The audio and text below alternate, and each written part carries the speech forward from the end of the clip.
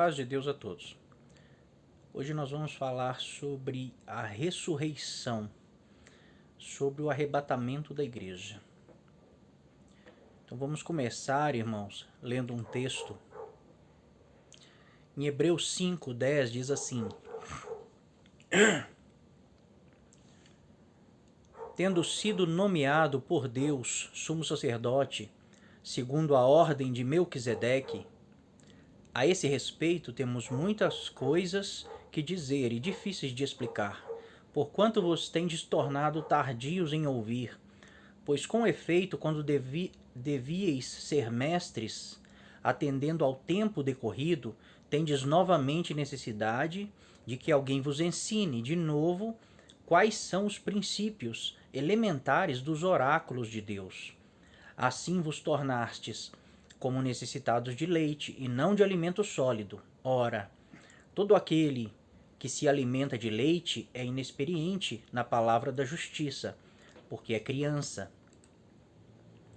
Mas o alimento sólido é para os adultos, para aqueles que, pela prática, têm as suas faculdades exercitadas para discernir não somente o bem, mas também o mal. Por isso, pondo de parte os princípios elementares da doutrina de Cristo, deixemo-nos levar para o que é perfeito, não lançando de novo a base do arrependimento, de obras mortas e da fé em Deus, o ensino de batismos e da imposição de mãos, da ressurreição dos mortos e do juízo eterno. Isso faremos se Deus permitir.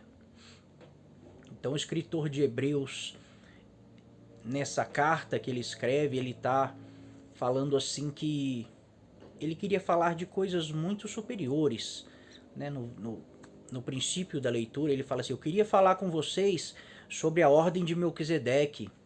Isso são coisas maravilhosas, mas são difíceis de explicar e vocês estão sendo tardios em aprender. Decorrido o tempo que vocês já estão na igreja, que vocês já conhecem a palavra, já conhecem o evangelho, vocês ainda são crianças. Já era para vocês serem mestres da palavra. Já era para nós entrar em coisas profundas, mas vocês estão sendo tardios em aprender. Vocês ainda são crianças, ainda precisam de leite e não de alimento sólido. Então, o escritor de Hebreus ele diz assim: pondo de parte os princípios elementares da doutrina de Cristo, deixamos-nos levar para o que é perfeito, não lançando de novo a base do arrependimento de obras mortas. Isso aqui é a base do evangelho. Da fé em Deus, do ensino de batismos, da imposição de mãos, da ressurreição dos mortos. Então, ressurreição dos mortos é base, é o que nós temos que aprender, compreender no princípio. É uma base elementar da doutrina de Cristo. E nós, a maioria de nós, nossos irmãos cristãos, a maioria de nós não conhecemos, não sabemos sobre tudo sobre a ressurreição dos mortos.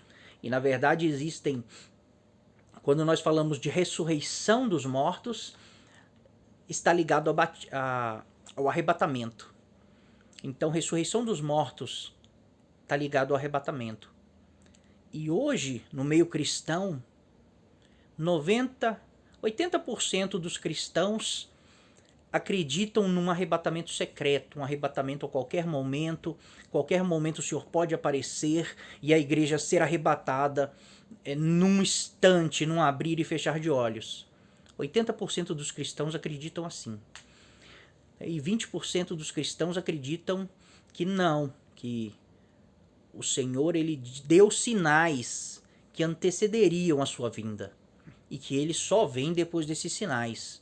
E que ele só vem, um desses sinais que ele disse é a grande tribulação. E nós vamos ler o texto que o Senhor Jesus diz isso, e ele diz assim que depois da tribulação daqueles dias, depois dos sinais que ele deu, então apareceria no céu o Filho do Homem, vindo sobre as nuvens. Mas muita gente acredita que não, que Jesus falou que deu sinais, disse, depois da tribulação daqueles dias eu vou vir. né? Depois que o sol escurecer, a lua não dá o seu brilho, as estrelas dos céus, as estrelas caírem dos céus, né? Então aparecerá no céu o sinal do Filho do Homem. Então existe essa divergência dentro da igreja, né? E mestres da palavra ensinam, né, as duas formas, mas não existe duas formas, não existe duas verdades. A verdade de Deus ela é uma só. Então, se está sendo ensinado dentro da igreja duas doutrinas opostas uma à outra, uma está errada, né? Ou as duas estão erradas, né? Tem essa possibilidade, as duas estarem erradas. Mas que existe uma verdade, existe.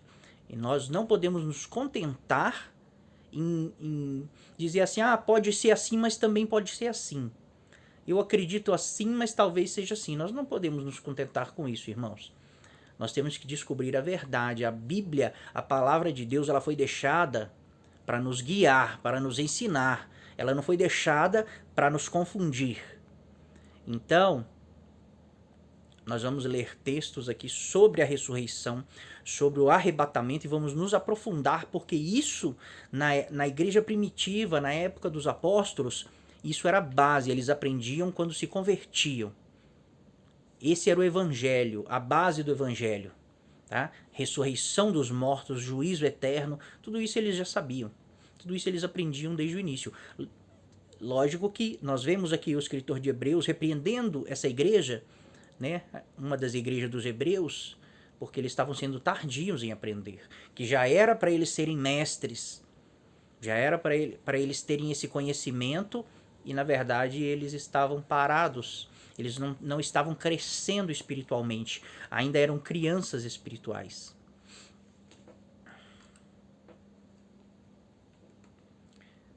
O arrebatamento da igreja. Então toda vez que for dito arrebatamento, está implícito que está falando de ressurreição. Não tem arrebatamento sem ressurreição. Paulo fala que os vivos de maneira nenhuma precederão os que dormem. Então primeiro tem um arrebatamento, depois uma transformação dos vivos. E aí sim, primeiro tem a ressurreição dos mortos, depois a transformação dos vivos e aí sim o arrebatamento da igreja. Em Mateus 24, Jesus ele diz assim: porque nesse tempo haverá grande tribulação. Ele tá falando do tempo do fim. Porque nesse tempo haverá grande tribulação, como desde o princípio do mundo até agora não tem havido, e nem haverá jamais. Não tivessem aqueles dias sido abreviados, ninguém seria salvo. Mas por causa dos escolhidos, tais dias serão abreviados. Aí no verso 29 e 31 está escrito assim: e logo em seguida a tribulação daqueles dias. Então Jesus está falando que no fim dos tempos vai ter uma grande tribulação, como nunca houve, nunca mais haverá. Essa vai ser uma tribulação muito grande, muito difícil. Nós já tivemos Primeira Guerra Mundial, Segunda Guerra Mundial, nada se compara com o que está por vir. Então Jesus diz assim: logo em seguida a tribulação daqueles dias, ou seja, depois da tribulação daqueles dias, o sol escurecerá, a lua não dará sua claridade, as estrelas cairão do firmamento e os poderes do céu serão abalados. Então aparecerá no céu o sinal do Filho do Homem. Então Jesus está falando assim, vai ter uma tribulação. Logo depois da tribulação daqueles dias, vai acontecer alguns sinais. O sol vai escurecer, a lua não vai dar o seu brilho, as estrelas vão cair do firmamento, os poderes do céu serão abalados. Aí ele diz, então aparecerá no céu o sinal do Filho do Homem. Então, percebam que a tribulação é um sinal. Depois da tribulação, aí vão acontecer coisas no céu. Depois disso vai aparecer no céu o sinal do Filho do Homem. Tá, irmãos? Todos os povos da terra se lamentarão e verão o Filho do Homem. Todos vão ver. o Senhor Jesus vindo sobre as nuvens do céu, com poder e muita glória. E ele enviará os seus anjos com grande clangor de trombeta, os quais reunirão os seus escolhidos, dos quatro ventos de uma outra extremidade dos céus. Então, quando nós lemos esse texto de Mateus 24, o próprio Senhor Jesus falando como será a sua vinda, fica claro que vai ter uma tribulação, depois vão haver sinais nos céus, só depois disso, então, aparecerá no céu o sinal do Filho do Homem. Todos os povos se lamentarão e verão o Filho do Homem vindo sobre as nuvens. Então, quando uma pessoa que não tem já uma opinião formada, né, não estuda sobre esses assuntos, quando ela lê esse texto aqui, está muito claro, o Senhor Jesus está sendo muito claro sobre a sua vinda. Não tem dúvida aqui. Né, irmãos? Mas o que acontece? Então entra na igreja de Jesus, né, doutrinas de homens. Então os homens começam a filosofar com a palavra. E disso nascem duas linhas, na verdade três, mas duas são as mais faladas, mais ensinadas, né, que é o pré-tribulacionismo e o pós-tribulacionismo. O pré-tribulacionismo acredita no arrebatamento secreto, um arrebatamento a qualquer momento antes da grande tribulação. E o pós-tribulacionismo acredita nesse texto, que o Senhor Jesus que aqui Jesus estava realmente falando da sua vinda. Jesus vai vir depois da grande tribulação, depois de todos os sinais que ele deu. Antes de acontecer todos esses sinais, não tem como o Senhor vir, porque ele não mente, ele disse que ia vir depois desses sinais.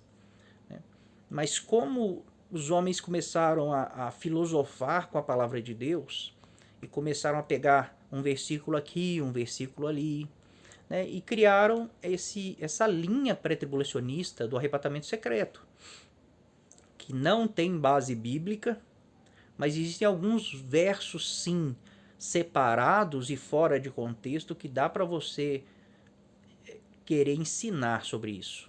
Mas são muito poucos e tem que estar muito distorcido e muito fora de contexto. E eu vou mostrar para os irmãos que realmente são versos fora de contextos, são coisas que eles dizem que não está na Bíblia, não é bíblico, tá, irmãos? Então, nesse texto, o que eles dizem desse texto, né? Quando fala assim, mas por causa dos escolhidos, tais dias serão abreviados, quem são os escolhidos? Né? São os eleitos, é a igreja. Mas eles dizem que não, esses escolhidos são pessoas que a igreja vai ser arrebatada antes da grande tribulação, e na grande tribulação, Deus vai escolher pessoas, judeus. Deus vai escolher judeus, eles dizem que a grande tribulação é para os judeus, para o povo judeu. Por que eles dizem isso? Porque aqui Jesus está falando com judeus. Né? Esse é o argumento. Não, Mateus 24, Jesus estava falando para quem? Para judeus, não é? Ele não estava lá falando com os 12 apóstolos, eles não eram judeus? Todos os discípulos de Jesus não eram judeus? Então Jesus está falando para os judeus, então isso vai cumprir nos judeus, não é na igreja. É verdade, eles dizem isso sim. Mas tudo que Jesus disse foi para os judeus, porque ele vivia em Israel, em Judá. Em Judá não, ele vivia ali na terra de Israel. Todos que ouviam Jesus, todos os discípulos de Jesus eram judeus. Então, teve uma vez que os gregos queriam ver Jesus. Né? E os discípulos falaram assim, Senhor, muitos gregos vieram e querem te ver. Aí Jesus falou assim, ainda não é a hora. Quando eu for levantado, ou seja, quando eu morrer e for pendurado na cruz, e ressuscitar, consumar a minha obra, então eles me verão. Né? Mas Jesus ele veio primeiro para os judeus. E tudo que ele ensinou era para os judeus. Era com os judeus que ele falava. Então não dá para a gente pegar porque ele estava falando para judeus e dizer que isso é para judeus. Porque quando ele vai falar lá as bem-aventuranças, aí é para a igreja. Tudo de bom é para a igreja. Mas ele estava falando com judeus também. Então é só para os judeus. Então a graça é só para os judeus. né? A graça não é para nós, é só para os judeus, porque tudo isso foi ensinado para eles. Então não faz sentido nenhum, irmãos. É uma coisa que eles falam que é só para distorcer. Quem são os escolhidos? É a igreja. São os eleitos, não tem outro grupo de escolhidos. Não tem outro grupo. Israel foi a nação escolhida no seu tempo. E todos que creram, e qualquer judeu hoje que crê em Jesus, eles se tornam escolhidos, sim. Mas se ele for escolhido, ele vai ser arrebatado. Né? Se ele for escolhido, na hora do arrebatamento, vai ser todo mundo arrebatado. Não tem isso de arrebata uma parte, aí depois durante a grande tribulação o Senhor vai escolher outros, e depois no fim da grande tribulação arrebata esses outros. Não existe isso. O arrebatamento da igreja é um arrebatamento e todos vão. Então eles dizem essas coisas, tá? Eles dizem essas coisas. Então aqui, ó, escolhidos e eleitos. Nós temos os textos aqui, ó. Mateus 24, Jesus está falando assim, ó. Mas, por causa dos escolhidos, né, tais dias serão abreviados. A palavra escolhidos ali em grego é eclectos. Eu marquei a palavra aqui, ó, eclectos.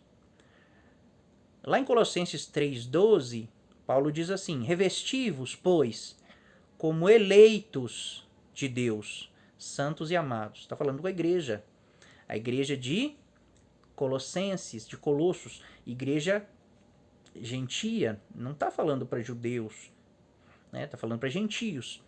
E está chamando eles de eleitos. Eleitos e escolhidos é a mesma coisa. A palavra em grego é a mesma, ó, eclectos. Então quem são os escolhidos de Deus? É a igreja, irmãos. É a igreja, tá? Não é os judeus, não são os judeus. O dia do Senhor vem como um ladrão. Então, a linha pré-tribulacionista que acredita no arrebatamento secreto, eles dizem assim que eles dividem o dia do Senhor em duas fases. Eles dizem assim que tem o dia do Senhor, que é quando o Senhor vai vir arrebatar. Não, que tem o dia do Senhor, que é quando o Senhor vai vir invisível para executar juízo na terra. E todos os profetas falaram do dia do Senhor. Então não tem como dizer que o dia do Senhor não é um dia que todos verão o Senhor. Porque todos os profetas falaram que o dia do Senhor é um dia de densas trevas, dia de vingança, dia de nuvem, de negridão. E todos os povos vão se lamentar, né, com o dia do Senhor e vão se esconder da ira do Senhor. Então o dia do Senhor, é claro que é um dia que o Senhor vai vir executar juízo sobre as nações, trazer juízo sobre as nações. Mas eles dizem assim, realmente o dia do Senhor é lá depois da grande tribulação, é quando o Senhor vai vir daí para executar juízo. Mas antes do dia do Senhor, antes da grande tribulação, o Senhor ele vem como um ladrão. Ou seja, ele vai vir secretamente, de repente, ninguém vai perceber, né? E ele vai arrebatar a igreja. Todo mundo vai sumir, como no filme Deixados para Trás. Mas, na verdade, a Bíblia ela diz que o dia do Senhor vem como um ladrão. É o dia do Senhor que vem como um ladrão. Não existe a vinda do Senhor como um ladrão e o dia do Senhor, não são distintos, é o mesmo dia, tá? E nós vamos ler textos que isso fica claro, né? Paulo fala assim, irmãos, relativamente aos tempos e às épocas, não há necessidade de que eu vos escreva, pois vós mesmos estáis inteirados com precisão de que o dia do Senhor vem como um ladrão de noite. Então Paulo está falando assim, o dia do Senhor vem como um ladrão.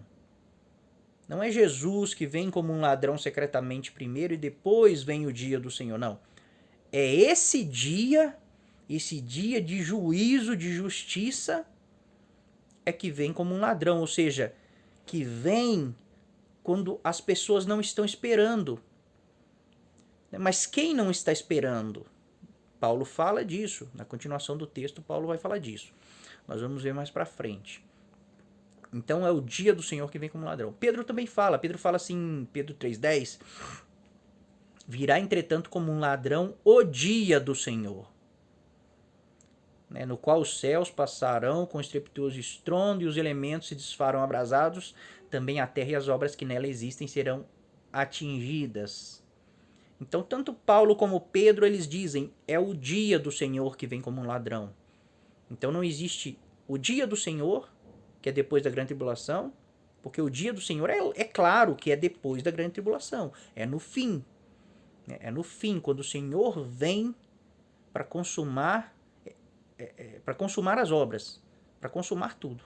Então, o dia do Senhor é no fim. Isso é tanto os pré-tribulacionistas como os pós-tribulacionistas sabem, porque isso é claro nas Escrituras. Todos os profetas falaram desse dia. Então, quem acredita no arrebatamento secreto, ele tenta desvincular a vinda como um ladrão do dia do Senhor. Mas tanto Pedro como Paulo, eles dizem que é o dia do Senhor que vem como um ladrão. Jesus também disse isso em Mateus 24. É Jesus que cria esse termo, vim como um ladrão.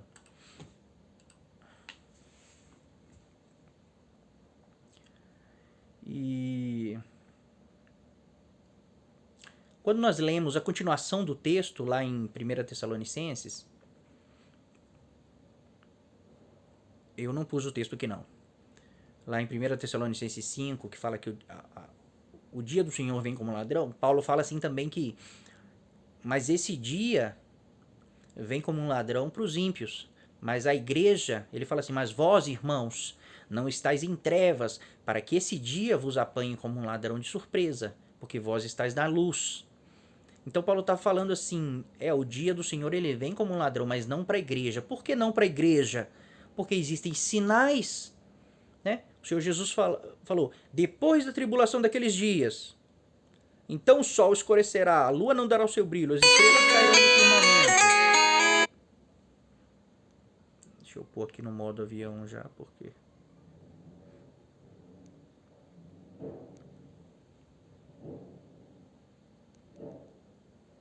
Aí, ó.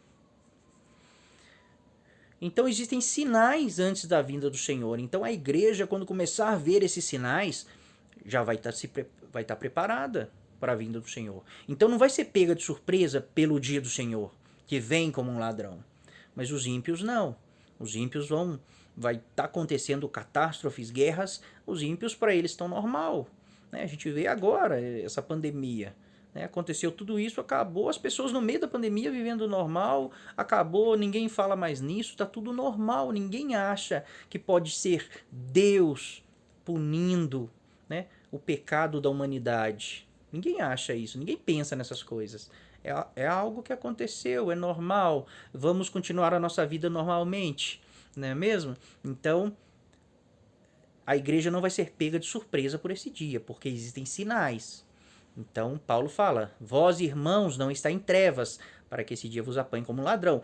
Então, quem vai ser pego como um ladrão é quem está em trevas. Tá bom, irmãos? Depois os irmãos leiam a continuação do texto de 1 Tessalonicenses 5.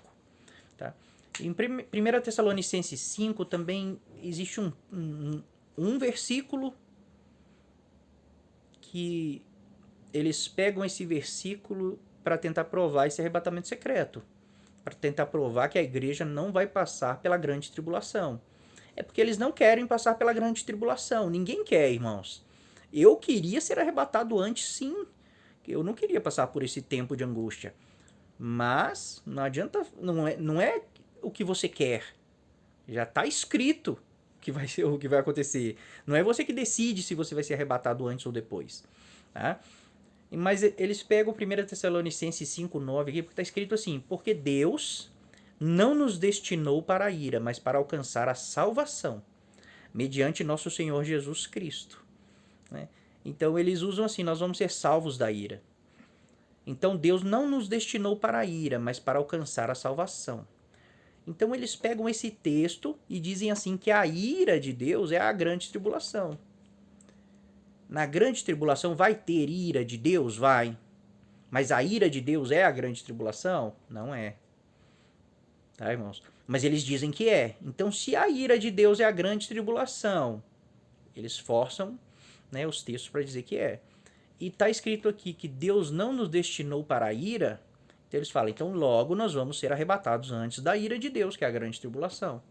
né? Mas esse próprio texto ele está dizendo aqui, ó, Deus não nos destinou para a ira, mas para alcançar a salvação mediante nosso Senhor Jesus Cristo. Então, Paulo está fazendo um contraste entre ira e salvação, né? Então,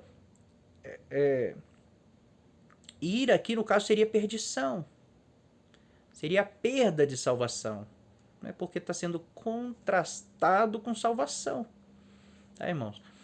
1 Tessalonicenses 1,10 está escrito assim: e para guardartes do céu o seu Filho, a quem ele ressuscitou dentre os mortos, Jesus, que nos livra da ira vindoura. Então, o que nos livra da ira vindoura? Jesus. Né, o texto fala aqui para alcançar a salvação mediante nosso Senhor Jesus Cristo. Então, o que nos livra da ira vindoura é Jesus. Mas quantas pessoas merecem a ira de Deus?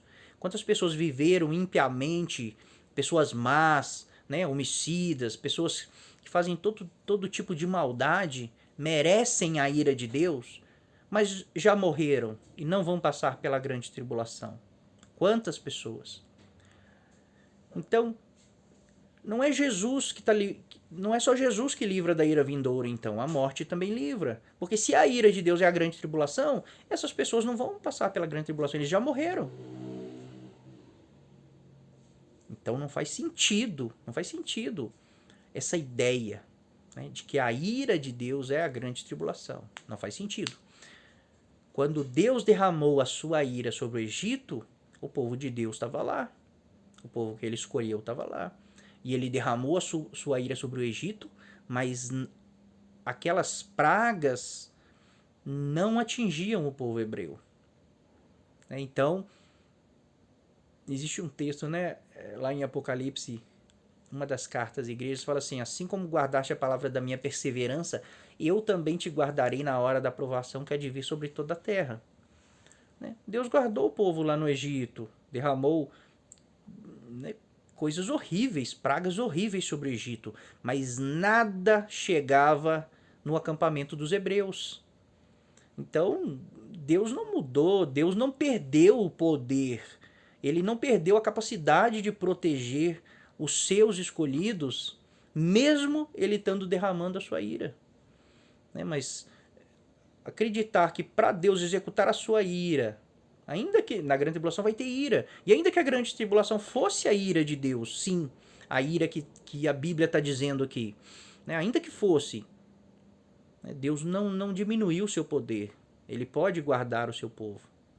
Né? Quando Deus enviou o dilúvio, que foi a ira de Deus, também naquele tempo, né? Deus guardou Noé. Deus falou: Noé, faz uma arca. E Noé, que era justo, e a sua família foram guardados.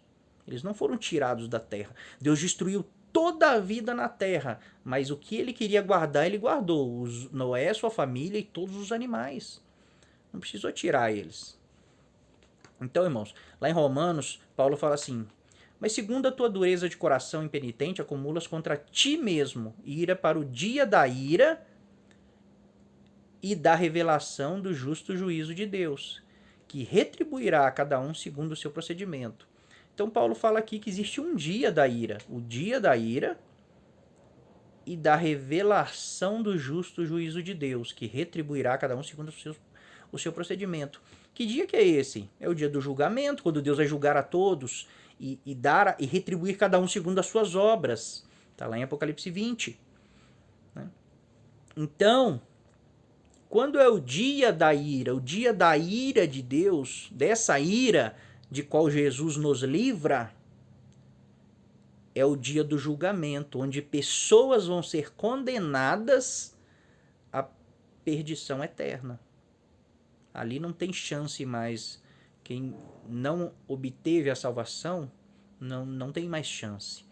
Então, nesse dia, as pessoas más que já morreram, eles vão ressuscitar para serem julgados. Então, a morte não pode livrar eles da ira de Deus. né? Porque é Jesus que nos livra da ira vindoura, é Jesus. Então, quem não creu em Jesus, quem não creu na lei de Deus que falava de Jesus, mesmo no Antigo Testamento, a lei, os profetas falavam de Cristo, apontavam para Cristo. Então, quem creu na lei, creu em Cristo. Então, essas pessoas que não creram, que fizeram tudo contra a lei de Deus, contra a palavra de Deus, que morreram antes da grande tribulação, no dia do julgamento do grande trono branco, que Deus vai julgar todas as pessoas, eles vão ressuscitar para serem julgados segundo as suas obras. Ali sim vai ser consumada a ira de Deus, porque essas pessoas que merecem ira vão ser jogadas no lago de fogo para pagar eternamente os seus pecados. Então é isso a ira de Deus. Apocalipse 6 diz assim: E disseram aos montes e aos rochedos: Cai sobre nós e escondei-nos da face daquele que está sentado no trono, e da ira do Cordeiro, porque chegou o grande dia da ira deles, e quem que pode suster-se? Então, quando o Senhor Jesus vier, ele vai sim derramar ira sobre a terra. E os textos dizem que ele vai... Lá em Pedro está escrito assim, que todas as obras dos homens vão ser destruídas, os elementos se desfarão, abrasados se desfarão.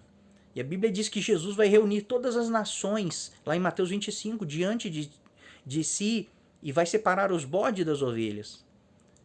E os bodes, o Senhor Jesus vai jogar no lago de fogo. O que é a ira de Deus? É o lago de fogo e enxofre, porque ali é a segunda morte. Quem ir para o lago de fogo, acabou. Você já foi condenado, você não tem salvação. Então, quando Jesus vier, ele vai sim lançar pessoas no lago de fogo. Ele vai lançar pessoas no lago de fogo na sua vinda. Os vivos, todo mundo que estiver vivo e for julgado, e for considerado bode, pessoas más, pessoas ímpias, vão ser jogados vivos no lago de fogo. Então Cristo vai estabelecer o seu reino de 1000 anos. Depois desses 1000 anos, aí Deus vem com o trono branco e vai ressuscitar todos que morreram, desde Adão, e vai julgar todos. Então ali se consuma a ira de Deus, que todos que merecem a ira vão recebê-la. Todos que Jesus não livrou da ira vão recebê-la, que é a segunda morte, o lago de fogo e enxofre. Isso é a ira de Deus. Olha aqui em Apocalipse 14, está escrito assim: Também esse beberá do vinho da cólera de Deus, preparado sem mistura, do cálice da sua ira, e será atormentado com fogo e enxofre, diante dos santos anjos e na presença do Cordeiro. Fogo e enxofre, isso é a ira de Deus. É o lago de fogo. Beberá do vinho da cólera de Deus, preparado sem mistura do cálice da sua ira, e será atormentado com fogo e enxofre, lago de fogo. João 3,36 está escrito assim: Por isso, quem crê no Filho tem a vida eterna. O que todavia se mantém rebelde contra o Filho não verá a vida, mas sobre ele permanece a ira de Deus. Então o que é a ira de Deus? É a perdição, é o lago de fogo, é o juízo eterno para a condenação. Todo que não... o que todavia se mantém rebelde contra o Filho não verá a vida, mas sobre ele permanece a ira de Deus. Enquanto a pessoa não se volta para Deus e não crê em Cristo, não somente batizar, ir para a igreja, ser crente, carregar a Bíblia. Muitas pessoas creem em Cristo, mas não estão conosco, não andam como nós, não são da nossa igreja. Mas eles não matam, eles não roubam, tudo isso é a lei de Deus. E eles fazem isso porque creem que existe um Deus que vai julgá-los no fim. Então eles creem. Então, mas todo que se mantém rebelde, todo que é contra o que Deus ensina, contra as leis de Deus, a ira de Deus permanece sobre ele. Então a ira de Deus já está sobre nós, sobre todo aquele que não quer a vida, todo que não tem o Filho não tem a vida. Então a ira de Deus é a morte eterna, é a segunda morte. Então, não existe. Existem tempos que Deus vai derramar sim da sua ira.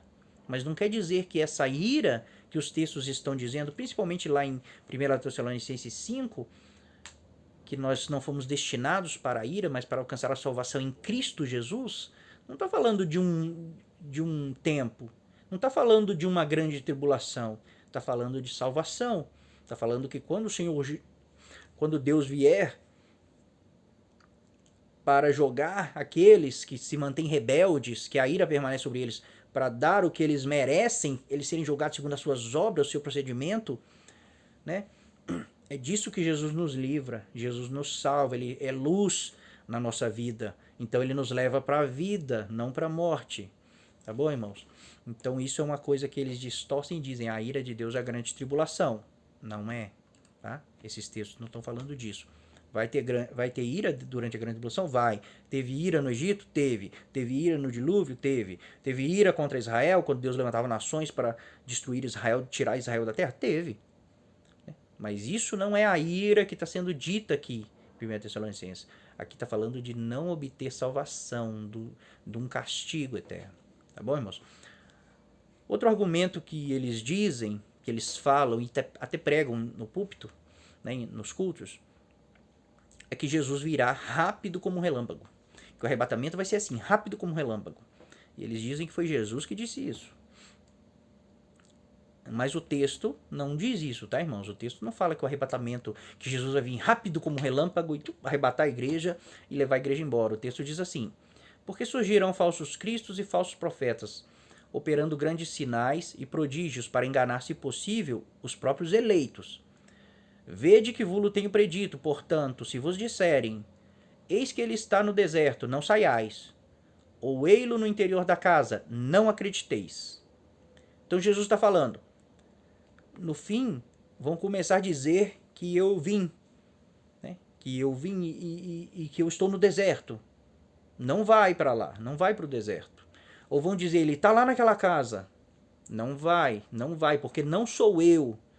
São falsos cristos, né? Eles vão estar fazendo sinais, e prodígios. Então, se alguém disser, Jesus está lá em Israel, fazendo sinais, milagres, curando, ressuscitando morto, Jesus está falando, não vai, não sou eu. Se alguém disser, está na casa, não vai, não sou eu. Então ele diz, não saiais, ou né, ele o interior na casa, não acrediteis. Por quê? Por que ele está falando isso? Aí ele diz, porque assim como o relâmpago sai do oriente e se mostra até no ocidente, assim há de ser a vinda do Filho do Homem. Então Jesus está falando, quando eu vim, quando for o meu dia, eu vou ser como um relâmpago que sai do oriente e se mostra até o ocidente. Ou seja, vai ser glorioso, vai ser uma imensa luz. Todos vão me ver. Quando eu vier nas nuvens, todos vão me ver, porque eu vou vir. A minha vinda, a minha manifestação vai ser tanta glória que vai ser como um relâmpago que sai do Oriente e se mostra até o Ocidente. Ou seja, todos vão ver, desde do Oriente até o Ocidente, todo mundo vai olhar para o céu e ver uma grande, imensa luz, um grande clarão com muita glória. Então é isso que Jesus está dizendo. Ele não está dizendo que eu vou vir rápido como um relâmpago. Eu vou vir visível como um relâmpago. É como um relâmpago se mostra no céu. Tá bom, irmãos? Então, não tem nada a ver de rápido como relâmpago, tá? Também dizia assim, seremos arrebatados num abrir e fechar de olhos, né?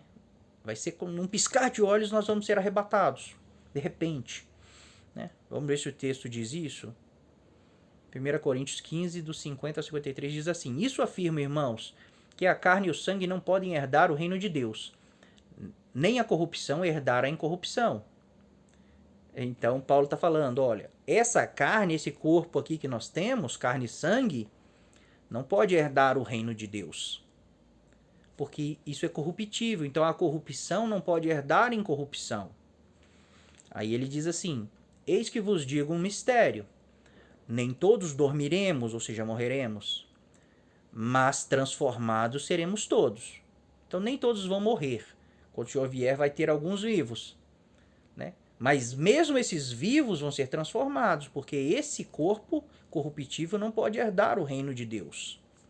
Aí ele fala assim, mas todos seremos mas transformados seremos todos, num momento, num abrir e fechar de olhos, ao ressoar da última trombeta. A trombeta soará, os mortos ressuscitarão incorruptíveis e nós seremos transformados, porque é necessário que este corpo corruptível se revista de incorruptibilidade e o que é mortal se revista da imortalidade. Então Paulo está falando que esse corpo não pode herdar o reino de Deus, porque ele é corruptível. Ele não pode herdar incorrupção. Então nós temos, para ter vida eterna, nós temos que ser transformados num corpo glorificado. É disso que Paulo está falando. Então o que vai acontecer? Os mortos vão ressuscitar na vinda do Senhor, no ressoar da última trombeta, e nós que estamos vivos seremos transformados num abrir e fechar de olhos. Aí ele fala, porque isso que é corruptível tem que se revestir de incorruptibilidade, e o que é mortal tem que se revestir de imortalidade. Então por isso nós vamos ser transformados, e vai ser num abrir e fechar de olhos. Não é o arrebatamento que é num abrir e fechar de olhos. Paulo está falando que a transformação dos corpos de quem estiver vivo vai ser num abrir e fechar de olhos. É isso que o texto está dizendo. Não tem nada aqui de arrebatamento secreto. Depois que os mortos ressuscitarem, os vivos serem transformados num abrir e fechar de olhos, então a igreja será arrebatada. Mas não é secretamente, tá, irmãos? Porque o Senhor está no céu, visível como um relâmpago. Todos os povos estão vendo.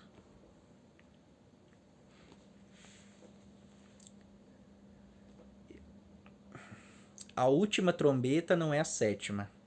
Esse aqui é o melhor. 1 Coríntios 15:52 é o texto que nós lemos agora, fala assim, no momento, no abrir e fechar de olhos, ao ressoar da última trombeta. Né? A trombeta soará, os mortos ressuscitarão incorruptíveis e nós seremos transformados. Então, quando fala de ressurreição, está falando sim do arrebatamento. Então, aqui é o arrebatamento. Primeiro tem a ressurreição, transformação dos mortos e depois o arrebatamento. Né? Isso é óbvio. Então, esse texto está falando de arrebatamento. E aqui está dizendo que é na última trombeta. Paulo está dizendo, né? No ressoar da última trombeta é que vai acontecer a ressurreição e o arrebatamento. 1 Tessalonicenses 4,16, Paulo fala assim, porquanto o Senhor mesmo, dado a sua palavra de ordem, ouvido a voz do arcanjo, e ressoada a trombeta de Deus, descerá dos céus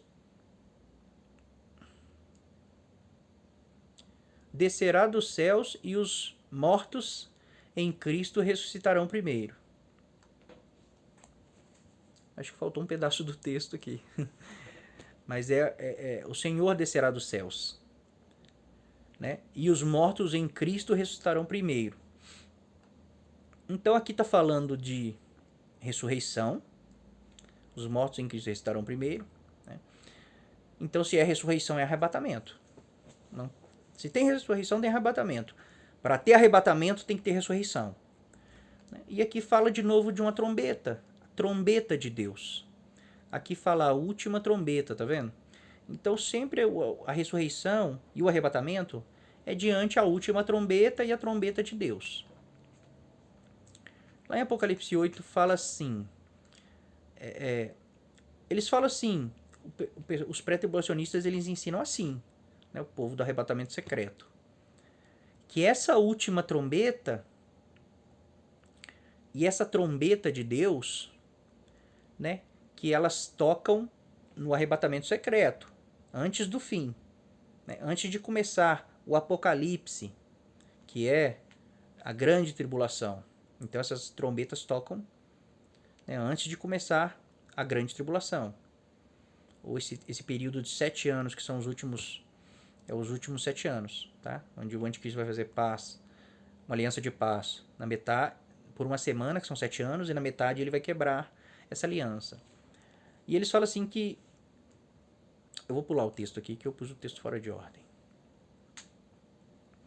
Em Apocalipse 10 está escrito assim: mas nos dias da voz do 7º anjo, quando ele estiver para tocar a trombeta, cumprir-se-á então um mistério de Deus, segundo ele anunciou aos seus servos, os profetas. Então, tudo vai se cumprir no tocar da trombeta do 7º anjo. E se é o 7º anjo, é a 7ª trombeta, né? É lógica. Em Apocalipse 11 está escrito assim: o 7º anjo tocou a trombeta, que é a 7ª. E houve no céu grandes vozes, dizendo: o reino do mundo se tornou do nosso Senhor e do seu Cristo, e ele reinará pelos séculos dos séculos. Ou seja, o Senhor vem. Quando o 7º anjo toca a sua trombeta, o Senhor vem, e os reinos do mundo passam a ser do nosso Senhor. Então, o que eles dizem? Aqui na 7ª trombeta o Senhor vem para possuir os reinos, para tomar o reino do mundo. E é o dia do Senhor. É no dia do Senhor que Jesus faz isso. E é um dia que todos verão, porque ele vai tomar o reino dos homens, na 7ª trombeta. Então, o que os pré-tribulacionistas dizem? Que a última trombeta de 1 Coríntios 15 não é a 7ª trombeta de Apocalipse. Porque a última trombeta que acontece antes das 7 trombetas de Apocalipse. Dentro de Apocalipse tem 7 trombetas. Então toca a última trombeta, primeiro, antes das 7 do Apocalipse. A igreja é arrebatada, segundo a teoria deles. E daí durante esses 7 anos da grande tribulação, aí vai ser tocado 7 trombetas. Mas essa que tocou aqui antes é a última. Aí eles dizem assim também: porque essa trombeta aqui é arrebatamento, não tem o que falar. E essa trombeta aqui também é um arrebatamento. Só que eles falam assim: mas aqui é a trombeta de Deus, não é a trombeta do anjo. Não é a trombeta que o anjo está tocando lá, a 7ª. Aqui no arrebatamento é a trombeta de Deus que é tocada. Aí em Apocalipse 8 está escrito assim: então vi 7 anjos que se acham em pé diante de Deus, e lhe foram dadas 7 trombetas. Quem deu as 7 trombetas para eles? Eles estão em pé diante de Deus e lhes são dadas 7 trombetas. Quem deu as trombetas para esses anjos? Foi Deus. Deus não vai tocar trombeta. Quem toca a trombeta é os anjos, mas eles tocam a trombeta de Deus. A última trombeta, ela é a trombeta de Deus e ela é a 7ª trombeta. Mas para defender arrebatamento secreto, para fugir da grande tribulação, então eles leem todos esses textos e tentam torcer. Eles torcem os textos, para dizer que não é, que a 7ª trombeta não é a última trombeta. Mas se a 7ª, se foi dado 7 trombetas, e os anjos tocam na sequência, 1ª, 2ª, 3ª, 4ª, 5ª, 6ª, 7ª. A 7ª é a última. E ela é de Deus, porque foi Deus que deu as trombetas para os anjos. Então não pode ter a última trombeta e depois mais 7. Não faz sentido. Tá, irmãos?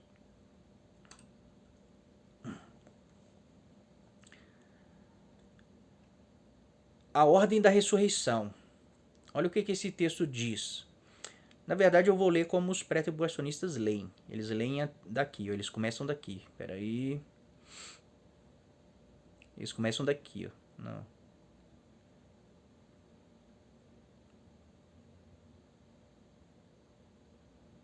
Perdi aqui que o texto ficou misturado. Mas eles começam daqui, ó. Porque assim como em Adão todos morrem, assim também todos serão vivificados em Cristo, cada um, porém, por sua própria ordem. Então é uma ordem da ressurreição. Aí eles dizem assim: Cristo, primeiro vai ressuscitar Cristo, que ressuscitou, vírgula, tem a vírgula aqui mesmo. As primícias, aí o arrebatamento secreto, antes da grande tribulação. Depois os que são de Cristo na sua vinda. Aí é os judeus que vão ser salvos durante a grande tribulação, os escolhidos, segundo eles. Então eles acham 3 ressurreições aqui: a de Cristo, né? Aí depois a das primícias, que é antes da grande tribulação, aí depois os que são de Cristo na sua vinda. Eles leem assim, eles pegam dali, leem e dizem isso. Esse texto está falando disso, é as 2 ressurreições da igreja aqui, ó, as primícias, que é a igreja, e depois os que são de Cristo na sua vinda. Mas se nós pegarmos todo o contexto das escrituras, a Bíblia ela não é feita em... ela não foi escrita em versículos, capítulos. A Bíblia são cartas inteiras, né? São textos inteiros, completos, de assuntos completos. Então nós temos que pegar todo o contexto para entender o que está sendo dito. Não adianta tirar um versículo lá do meio e querer inventar uma teoria ou uma doutrina em cima desse versículo. E lá no capítulo 15, né, Paulo está falando de ressurreição. Esse texto é todo sobre ressurreição, sobre arrebatamento. Né? E ele fala assim que ele começa a explicar a ordem da ressurreição. Né? Então lá no capítulo 20 ele começa a falar assim: mas de fato, Cristo ressuscitou dentre os mortos, sendo ele as primícias dos que dormem. Então, alguns versículos acima, Paulo disse